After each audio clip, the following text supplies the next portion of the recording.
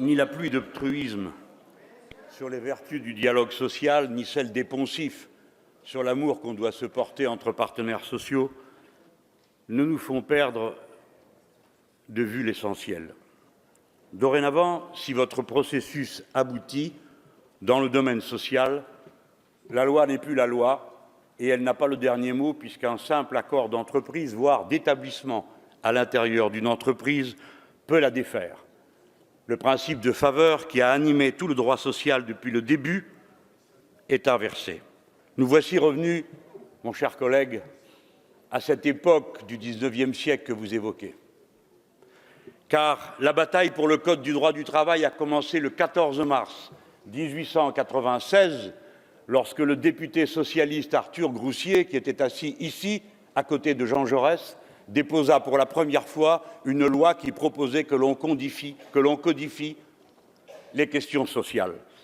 Et il avait déjà la patience qui doit encore nous animer dans la bataille que nous menons contre eux, puisqu'il aura fallu attendre le mois de mai 1910 pour voir aboutir pour la première fois ce Code du travail, celui que vous êtes en train de défaire par, non pas rage sociale, je ne vous accuserai pas de cela, même si je n'ai pas perdu de vue ni oublié d'entendre vos acclamations à l'évocation des merveilles qui se réalisent quand se combinent stock-options et licenciements, ni que j'ai oublié cet instant de la soirée où vous explosâtes en applaudissements quand on montrait du doigt les syndicats et qu'on les dénonçait, ce qui a toujours été à nos yeux une signature politique des plus certaines.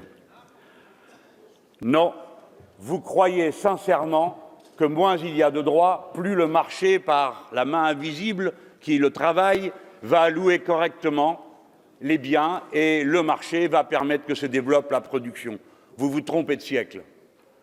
Ce n'est que la stabilité, la prévisibilité, la sécurisation des hautes qualifications professionnelles qui est la garantie du développement économique et surtout de la mutation que doit accomplir à tout prix notre appareil de production, parce que demain 2 août, ce sera le jour de la transition où la Terre entre en dette avec elle-même, parce que le modèle de production que nous utilisons est en train de tout détruire. Il faut donc tout changer, et pour cela, il faut changer les appareils de production, les process de production, changer les qualifications des salariés et les élever pour relever ce défi de remplacer tout ce qui vient des énergies carbonées et fossiles, tout ce qui vient de ces matières qui ruinent la planète. Voilà le vrai défi, pas le niveau de profitabilité des actions, ni la capacité qu'ont quelques individus pervers et névrosés à accumuler sans cesse, toujours plus, une fortune dont on ne sait pas ce qu'ils feront à la fin. Oui, voilà la situation.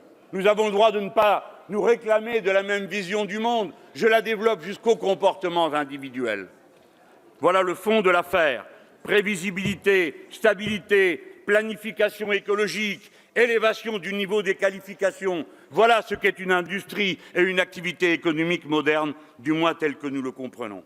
C'est pourquoi nous qualifions, après avoir mesuré nos mots, et nous avons essayé de vous le démontrer tout au long du débat, ce que vous venez de faire et que vous vous préparez à faire de coup d'État social, puisque c'est un renversement de la hiérarchie des normes.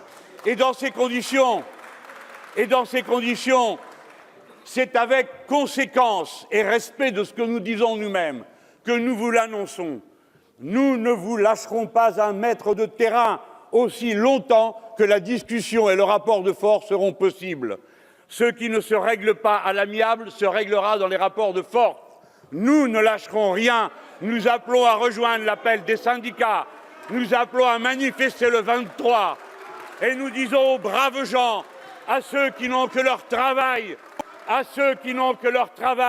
pour vivre, nous leur disons, défendez-vous, braves gens, ne vous laissez pas faire, regardez-les, ils parlent avec un fouet dans la bouche.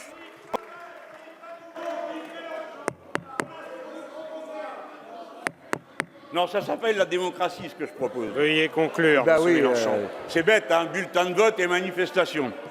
Voilà. Voilà ce que j'avais à vous dire. Je vous donne rendez-vous maintenant, partout où cette partie se jouera. vous n'en avez pas fini avec nous, car vous avez mangé votre pain blanc, et à la première occasion, c'est vous qui trébucherez, pas nous. Merci, Monsieur Mélenchon.